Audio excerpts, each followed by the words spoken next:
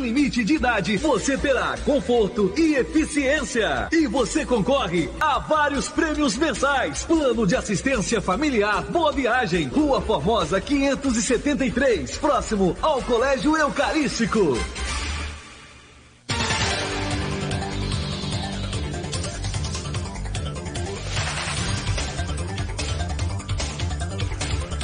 Sete horas 44 minutos, voltamos com Folha no Ar, primeira edição.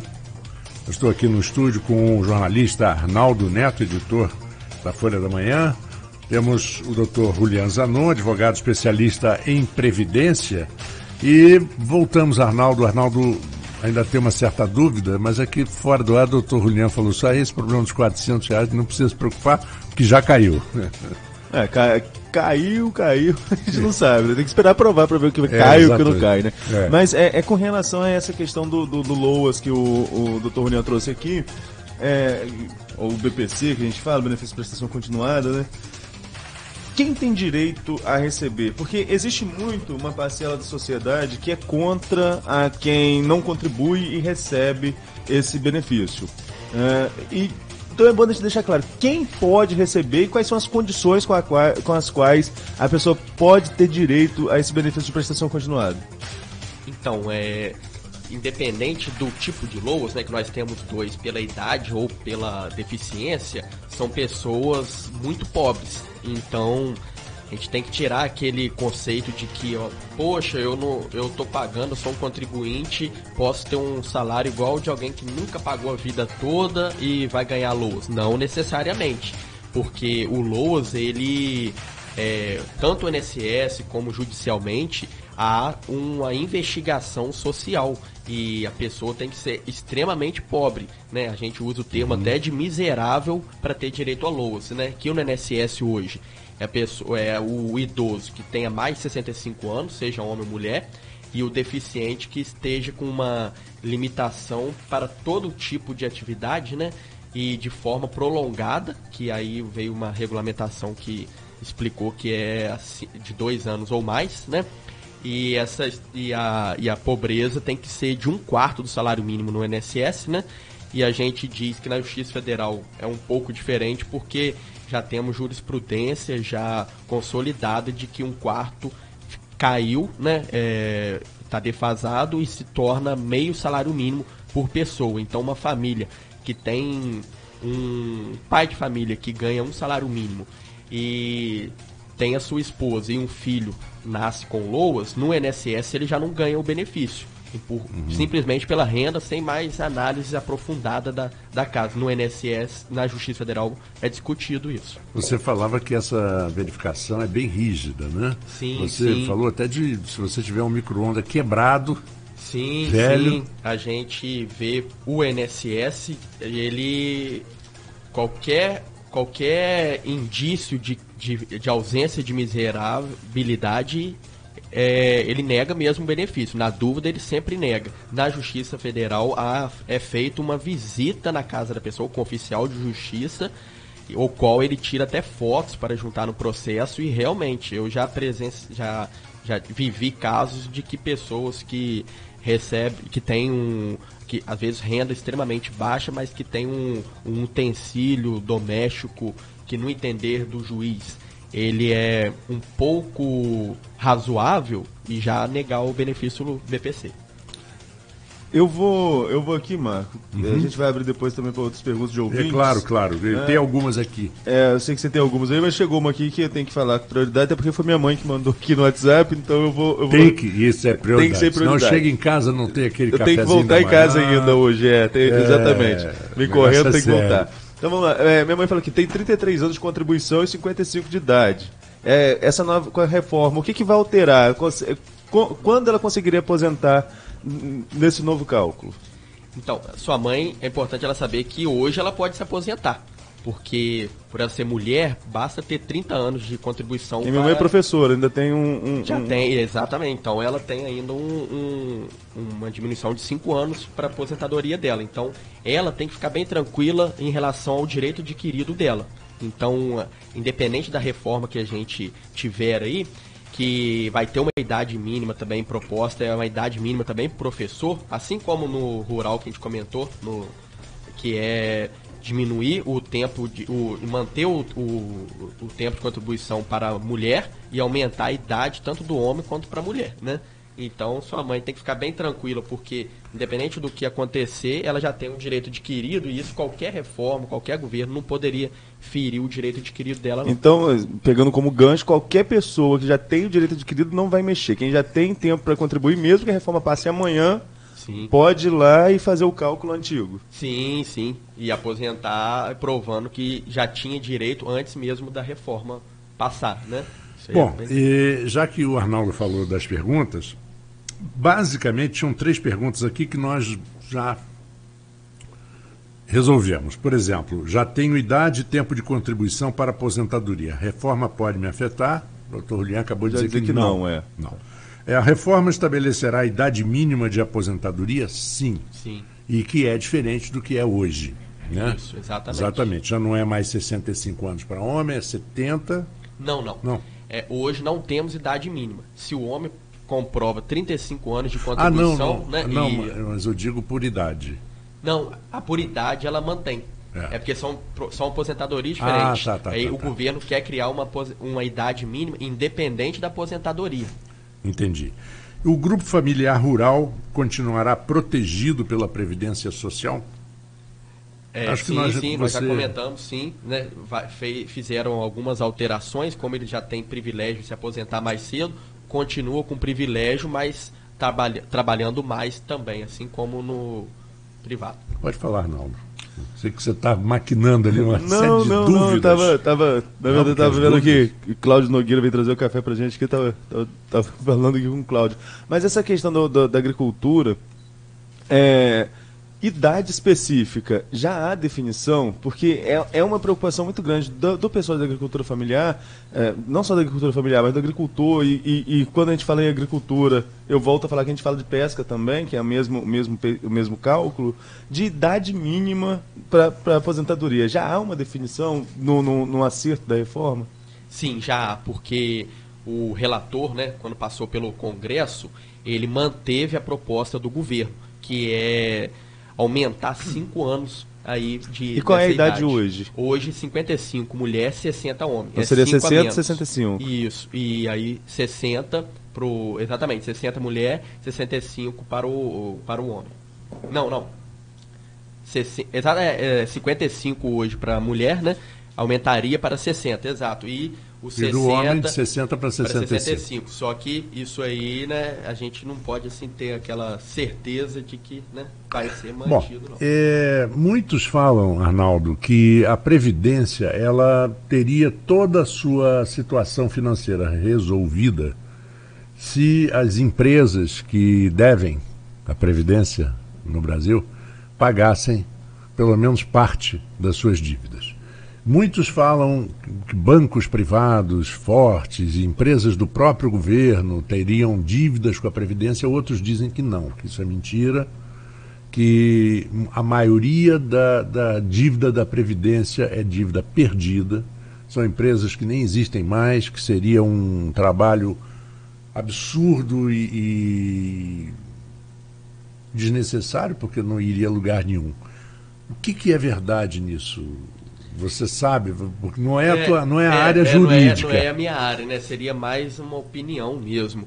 Então, sim, eu acredito que sim, porque isso aí é comprovado mesmo, né? Uhum. Tem até em alguns sites oficiais mesmo que a gente consegue encontrar isso aí, assim, dívidas para a Previdência, assim, são fortuna, milhões mesmo, que se fossem pagos, ainda que de forma parcelada, daria uma boa ajuda aí nesses problemas que a gente vivencia aí na Previdência. Muito se fala que a questão da reforma da Previdência é aritmética, né? Porque você tem uma população envelhecendo, é um movimento mundial, né? O mundo inteiro, a população está vivendo mais, e no Brasil não é diferente, embora as coisas aqui cheguem mais devagar, né? E por N condições. Mas muito se fala que é aritmética, mais gente economicamente ativa, digo, menos gente economicamente ativa, com mais pessoas se aposentando. É realmente isso? É um cálculo que não tem jeito? É menos contribuinte, mais beneficiários e aí a conta não fecha? Sim, sim. Isso aí é uma tendência que a gente vivencia, né? Só que aí cai naquele mesmo assunto que a gente estava mencionando sobre a real necessidade disso, porque isso já é previsto em qualquer previdência. Então, a situação atual, ou seja, que nós vivemos hoje, ela realmente exige isso, pois senão em breve nós vamos quebrar, como é muito dito aí pelo governo, né, e até mesmo por algumas oposições. Então é isso aí que é muito discutido, mas essa aritmética mesmo que você mencionou, ela existe sim, mas ela é prevista desde qualquer previdência, de qualquer reforma, ela já se espera isso, né, digamos assim. Mas se ela já é prevista, qual a necessidade de reformar agora? Por que agora reformar, alterar todo o panorama? Aí que é a grande discussão, porque aí entra a questão do momento, né? Que a Previdência, a gente não tem como prever tudo, então ela já é prevista com os números que nós temos atuais. Por exemplo, hoje o IBGE faz essa projeção, né? E aí pode ser que daqui a alguns anos isso mude completamente, ou de uma forma, muitos fatores, né? Até mesmo a gente vê aí questão até do nosso passado, de guerras, e isso tudo influencia muito. Falando em guerra, né, a gente lembra um pouquinho dos militares. Desculpa. A gente lembra um pouco dos militares e existe uma diferença da aposentadoria do civil para a aposentadoria do militar. A reforma prevê também chegar a esse nicho, e de que forma chegaria? Não, prevê sim. E eu vejo até que de uma forma bastante coerente com o regime geral que a gente diz, né, da Seguridade Social. Então, há sim alterações, né? Ela causa um pouco menos de impacto na sociedade devido a ser uma parte, né, bem menor da população, né? Só que há sim essa previsão, e para a surpresa de muitos, né, pelo governo que a gente tem hoje, muitos criticarem por ser tendencialista, em sempre beneficiar militares e tudo, para surpresa teve algumas alterações muito discutíveis, até bem coerentes, assim, claro, expondo aqui minha opinião, né? Quais seriam esses pontos? Então, em relação à idade mínima também, a tempo de serviço, então nós temos hoje que eu digo coerência, por exemplo, hoje quer-se criar essa idade mínima para o setor privado. No militar, eles querem também, de uma certa forma, fazer condicionar o militar a trabalhar um pouco mais, né? E tratando ele de uma forma, o idoso militar de uma forma como não era visto antes. A questão de pensão, né, sempre foi muito discutido. Sim, pensão, sobretudo de militar, né? Filha de militar, há pouco tempo a gente já leu muitas vezes que filha de militar não casava para poder ter direito. Mas aí é filha de militar, filha de deputado, filha dos privilegiados, como diz o setor de esquerda, que chama os setores de esquerda chamam juízes, de privilegiados. Desembargadores, tudo. Uhum. Aí como que fica essa questão de pensão por morte nesses casos específicos, como o Marco levantou aí, de privilegiados? Continuariam recebendo mais tempo? Isso já está se ajeitando? Como que está essa situação? Não, isso já vem se ajeitando há muito tempo. A gente ainda vê muito disso por conta de a gente conhecer, né, às vezes, pessoas do nosso meio mesmo, ser filho de um militar e ter alguns privilégios que não tem hoje. Então, hoje, na realidade, esses privilégios que são assim surreais no meu modo de pensar, né? Se comparado, surreais, eu estou dizendo sempre aqui, comparando ao regime geral, né? Então, ele já vem alterando, perdendo há muito tempo a questão que sobrevive por conta do direito adquirido, que a gente até mencionou no começo do programa, que muitos têm. Hoje a filha do militar não tem mais não. Desde 2002 ou 2003 que isso caiu. Sim. É porque a gente... porque a nossa... Mas a minha vizinha... Mas a sua vizinha já tinha. Antes desse... É verdade. Então, dos militares já tinha acabado. Entendeu? Dos desembargadores, não. Do juízo, isso continua. Agora, a gente fala da elite dos privilegiados, vou continuando nos privilegiados. Nós trabalhamos 35 anos, o homem, né, de uma maneira geral. 35 anos ou 30 mulher, aposentando, aí não teria idade mínima por enquanto, poderia aposentar. No caso da minha mãe, aposentou com 52 anos. Porque quis, porque podia ter aposentado antes, com não sei quanto tempo de serviço, que ela começou a trabalhar carteira assinada com 16 anos, naquela época podia. Né? Então tem 40 e tantos, está viva com 95 e recebendo uma aposentadoria excelente do governo federal. Excelente, porque ela era funcionária daquele nível 7, nível 8, sei lá como é que chamava aquilo. Agora você vê, então uma pessoa dessa, ela acaba dando prejuízo, se for analisar, né? Especificamente. Imaginam várias, e centenas e milhares, porque hoje não é mais surpresa você ver uma pessoa com 90 anos em ótimo estado físico e mental. Você vê muitos, né? A medicina evoluiu. Mas e os políticos, que com 2 mandatos se aposentam, e se aposentam com 28, 29 mil reais e não contribuem? Então, Marco, isso aí, essa reforma toda que nós estamos discutindo aqui... Porque o Paulo Guedes diz que vai baixar para 5.400 dos políticos. Sim. Mas aí não está integrado nessa reforma que tá bombando aí nas redes sociais, na população, não.